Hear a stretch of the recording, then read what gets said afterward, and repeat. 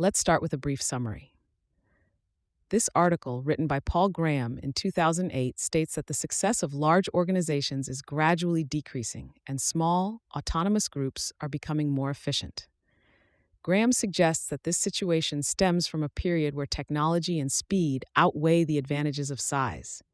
It seems that the future economy will be a fluid network made up of smaller, independent units, rather than massive tree structured organizations. Graham indicates that this change can be understood particularly through technology and internet startups. Before we dive in, I want to share a quick note about how this podcast is created. As you've probably noticed, this podcast isn't voiced by a human, but by artificial intelligence. I'm obligated to inform you of this beforehand due to the rules of AI services. This podcast is made possible by our sponsor, Wope.com, an AI startup that combines content marketing with artificial intelligence to significantly boost traffic and revenue of your startups. For all the latest content, be sure to follow me at x.com/yigitkoner. Now let's turn our attention back to the essay, The Rise of Small and Independent Groups, Shaping the Societies of the Future. Original title, The High-Res Society. Date, December 2008. For nearly all of history, the success of a society was proportionate to its ability to assemble large and disciplined organizations. Those who bet on economies of scale generally won, which meant the largest organizations were the most successful ones. Things have already changed so much that this is hard for us to believe. But till just a few decades ago, the largest organizations tended to be the most progressive. An ambitious kid graduating from college in 1960 wanted to work in the huge, gleaming offices of Ford, or General Electric, or NASA. Small meant small time. Small in 1960 didn't mean a cool little startup.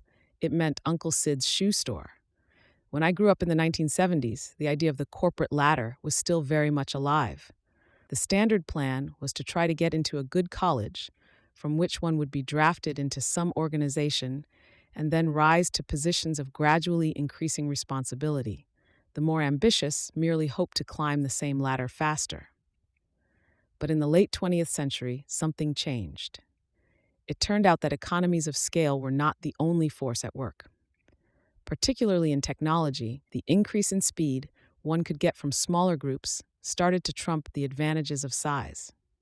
The future turned out to be different from the one we were expecting in 1970. The domed cities and flying cars we expected have failed to materialize. But fortunately, so have the jumpsuits with badges indicating our specialty and rank. Instead of being dominated by a few giant tree-structured organizations, it's now looking like the economy of the future will be a fluid network of smaller, independent units. It's not so much that large organizations stopped working. There's no evidence that famously successful organizations like the Roman Army or the British East India Company were any less afflicted by protocol and politics than organizations of the same size today. But they were competing against opponents who couldn't change the rules on the fly by discovering new technology. Now it turns out the rule, large and disciplined organizations win, needs to have a qualification appended. At games that change slowly. No one knew till change reached a sufficient speed. Large organizations will start to do worse now, though, because for the first time in history, they're no longer getting the best people. An ambitious kid graduating from college now doesn't want to work for a big company. They want to work for the hot startup that's rapidly growing into one. If they're really ambitious, they want to start it. This doesn't mean big companies will disappear. To say that startups will succeed implies that big companies will exist, because startups that succeed either become big companies or are acquired by them. But large organizations will probably never again play the leading role they did up till the last quarter of the 20th century. It's kind of surprising that a trend that lasted so long would ever run out. How often does it happen that a rule works for thousands of years, then switches polarity? The millennia-long run of bigger is better left us with a lot of traditions, credentials, that are now obsolete, but extremely deeply rooted, which means the ambitious can now do arbitrage on them. It will be very valuable to understand precisely which ideas to keep and which can now be discarded. The place to look is where the spread of smallness began, in the world of startups. There have always been occasional cases, particularly in the US, of ambitious people who grew the ladder under them instead of climbing it. But till recently, this was an anomalous route that tended to be followed only by outsiders. It was no coincidence that the great industrialists of the 19th century had so little formal education. As huge as their companies eventually became, they were all essentially mechanics and shopkeepers at first. That was a social step no one with a college education would take if they could avoid it. Till the rise of technology startups, and in particular, internet startups, it was very unusual for educated people to start their own businesses. The 8 men who left Shockley Semiconductor to found Fairchild Semiconductor, the original Silicon Valley startup, weren't even trying to start a company at first. They were just looking for a company willing to hire them as a group. Then, one of their parents introduced them to a small investment bank that offered to find funding for them to start their own, so they did. But starting a company was an alien idea to them. It was something they backed into. Now, I would guess that practically every Stanford or Berkeley undergrad who knows how to program has at least considered the idea of starting a startup. East Coast universities are not far behind, and British universities only a little behind them. This pattern suggests that attitudes at Stanford and Berkeley are not an anomaly, but a leading indicator. This is the way the world is going. Of course, internet startups are still only a fraction of the world's economy. Could a trend based on them be that powerful? I think so. There's no reason to suppose there's any limit to the amount of work that could be done in this area. Like science, wealth seems to expand fractally. Steam power was a sliver of the British economy when Watt started working on it. But his work led to more work till that sliver had expanded into something bigger than the whole economy of which it had initially been a part. The same thing could happen with the internet. If internet startups offer the best opportunity for ambitious people, then a lot of ambitious people will start them, and this bit of the economy will balloon in the usual fractal way. Even if internet-related applications only become a tenth of the world's economy, this component will set the tone for the rest.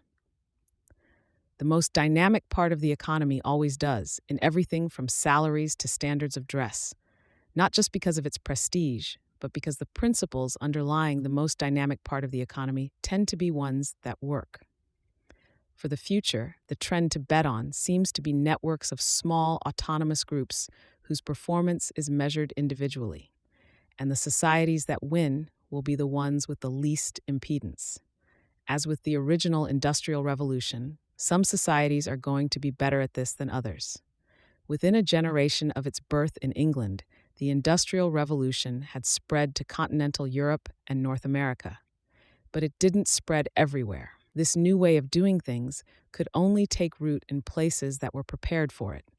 It could only spread to places that already had a vigorous middle class. There is a similar social component to the transformation that began in Silicon Valley in the 1960s.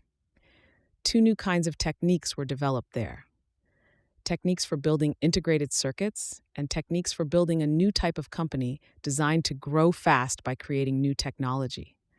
The techniques for building integrated circuits spread rapidly to other countries, but the techniques for building startups didn't.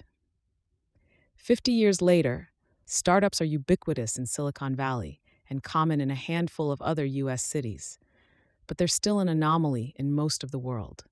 Part of the reason, possibly the main reason, that startups have not spread as broadly as the Industrial Revolution did is their social disruptiveness. Though it brought many social changes, the Industrial Revolution was not fighting the principle that bigger is better. Quite the opposite. The two dovetailed beautifully. The new industrial companies adapted the customs of existing large organizations like the military and the civil service, and the resulting hybrid worked well. Captains of industry issued orders to armies of workers, and everyone knew what they were supposed to do. Startups seem to go more against the grain socially. It's hard for them to flourish in societies that value hierarchy and stability, just as it was hard for industrialization to flourish in societies ruled by people who stole at will from the merchant class. but there were already a handful of countries past that stage when the Industrial Revolution happened. There do not seem to be that many ready this time. Notes: one of the bizarre consequences of this model was that the usual way to make more money was to become a manager. This is one of the things startups fix.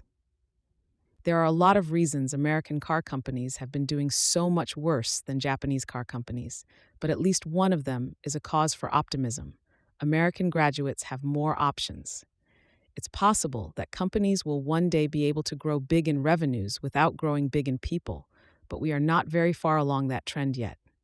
LeCouillère, Christophe, Making Silicon Valley, MIT Press, 2006. Thanks to Trevor Blackwell, Paul Buchheit, Jessica Livingston, and Robert Morris for reading drafts of this.